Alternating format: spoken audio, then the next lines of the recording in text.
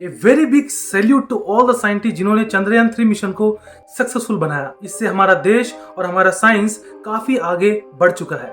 इसी के साथ भारत बन चुका है दुनिया का पहला कंट्री जिसने मून के सबसे एक्सट्रीम कंडीशन यानी कि साउथ पोल रीजन में अपने स्पेसक्राफ्ट का सॉफ्ट लैंडिंग करवाया, जो सच में अनबिलीवेबल है। और इसी के साथ भी भारत बन चुका है दुनिया का चौथा नेशन अमेरिका, रशिया और चाइना के बाद में जिसने मून में स्पेसक्राफ्ट को लैंड करवाया। दोस्तों यही वो वीडियो है जिसमें हर एक इंडियन बहुत ही प्राउड फील करने वाला है, क्योंकि इस वीडियो पे आप देख सकते हैं कि विक्रम लैंडर से जो प्रज्ञान रोवर है वो रिलीज हो रहा है। आज इस वीडियो में हम डिस्कस करने वाले हैं कि विक्रम लैंडर का ऐसे कौन से टेक्नोलॉजीज के साथ में वो इक्विप्ड था जिस वजह से वो आसानी से मून पे लैंड कर पाया। और इसी के साथ में हम देखने वाले हैं कि प्रज्ञान रोवर कौन से एक्सपेरिमेंट्स को कंडक्ट करने वाला है, कि इन सभी चीजों से हमारे भारत देश को, इसरो को क्या मदद मिल सकता है। तो चलिए शुरू करते हैं इस वीडियो को बिना किसी देरी के। Let's get into this point.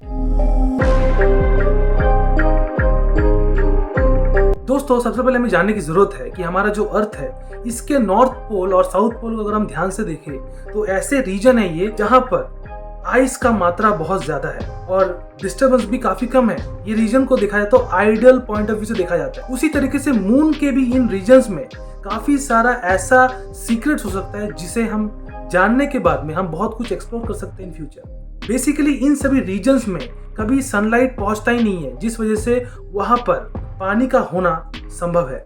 Chandrayaan 1 mission 15 साल पहले हमने ये डिटेक्ट कर लिया था कि मून में आइस हो सकता है। दोस्तों मून का साउथ पोल हमेशा डार्क रहता है क्योंकि वहां पर सूरज की रोशनी कभी नहीं पहुंच पाती है और वहां पर जो टेम्परेचर है वो -130 डिग्री सेल्सियस तक पहुंच जाता है। दोस्तों साउथ पोल रीजन में ये कहा गया है कि वहां पर वाटर आइस के साथ में ऐसे काफी सारे मिनरल्स को हम ढूंढ सकते हैं जिससे हमारे प्लैनेट अर्थ के बारे में, मिल्की वे गैलेक्सी के बाहर में भी ऐसे काफी सारे एक्सो प्लैनेट्स हैं, उन सभी के बारे में भी बहुत सारा इंफॉर्मेशन हमें मिलेगा। प्रज्ञान रोवर जो बेसिकली हर एक एक्सपेरिमेंट को यहाँ पर करने वाला है वो सनलाइट के थ्रू यानी कि सोलर के थ्रू काम करने वाला है। लेकिन मैंने ऑलरेडी यहाँ पर मेंशन किया हुआ है कि साउथ पोल रीजन पूरा डार्क होता है, तो कैसे प्रज्ञान रोवर वहां पर काम कर पाएगा।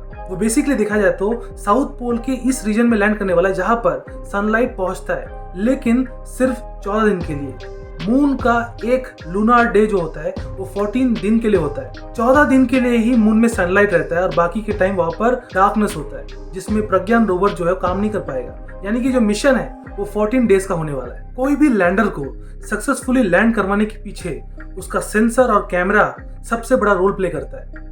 तो हमें यहाँ पर जानने की जरूरत है कि ऐसे कौन से सेंसर्स और कैमरा का यहाँ पे यूज किया गया है जिस वजह से विक्रम लैंडर सक्सेसफुली लैंड हो पाया है। Laser initial referencing and accelerometer package, Ka band altimeter, lander position detection camera, lander hazard detection and avoidance camera, laser altimeter, laser Doppler velocity meter, lander horizontal velocity camera, microstar sensor, inclinometer and touchdown sensors. इन सभी sensors की मदद से Vikram lander जो है confidently moon के south pole के extreme condition में लैंड हो पाया है। इस मिशन का सबसे इंपॉर्टेंट अगर हम कह सकते हैं पार्ट वो है प्रज्ञान रोवर जो विक्रम लैंडर से निकलने वाला है, यानी कि निकल चुका है। प्रज्ञान रोवर जो है वो अपना सारा कम्युनिकेशन जो है विक्रम लैंडर से करने वाला है और विक्रम लैंडर इन सभी इंफॉर्मेशन को अर्थ तक भेजने वाला है। विक्रम लैंडर और प्रज्ञान रोवर के बीच में 500 मीटर का कम्युनिकेशन डिस्टेंस दिया गया है, यानी कि 500 मीटर के रेडियस में प्रज्ञान रोवर विक्रम लैंडर से कम्युनिकेट कर पाएगा। प्रज्ञान रोवर जो है उसका स्पीड जो है पर 1 सेंटीमीटर पर सेकेंड की स्पीड होने वाली है और साथ में प्रज्ञान रोवर जो है यहाँ पर अलग अलग एक्सपेरिमेंट्स उन 500 मीटर के रेडियस में करने वाला है। अभी हम बात करने वाले हैं 7 ऐसे एडवांस टेक्नोलॉजी के बारे में जिसके मदद से प्रज्ञान रोवर जो है वो अलग अलग एक्सपेरिमेंट्स करने वाला है। सबसे पहला है शेप, जिसकी मदद से हम बहुत सारे एक्सोप्लैनेट्स का डिस्कवरीज कर पाएंगे।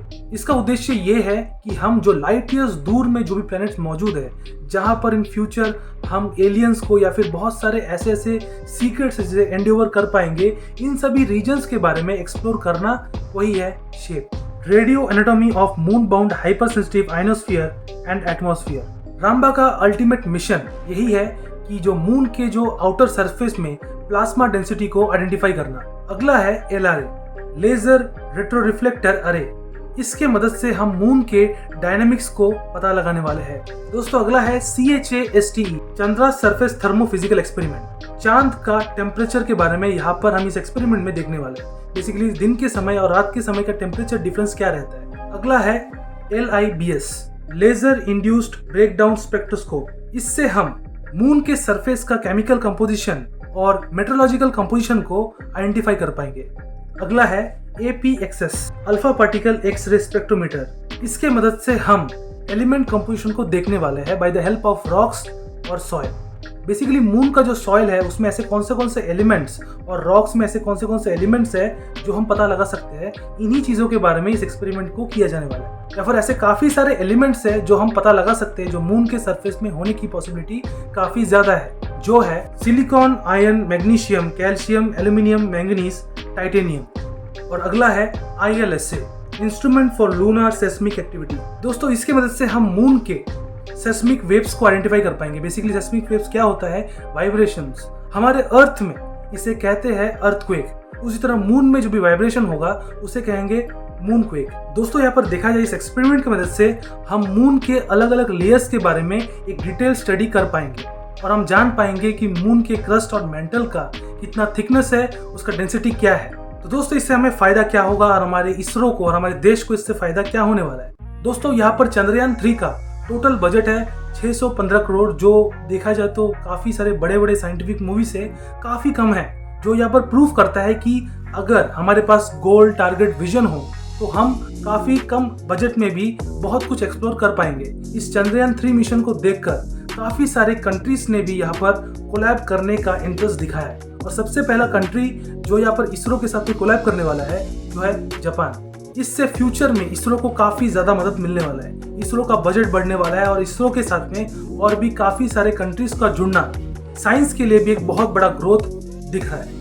चंद्रयान 3 से एक बार फिर इसरो के साइंटिस्ट ने और इंडियंस ने ये प्रूव करके दिखाया कि हम किसी से कम नहीं। अगर आपको ये वीडियो पसंद आता है तो उसे शेयर कीजिए, अगर इन्फॉर्मेटिव लगा है तो सब्सक्राइब कर लीजिए। मिलते हैं नए वीडियो पे, तब तक के लिए स्टे ट्यून्ड। जय हिंद।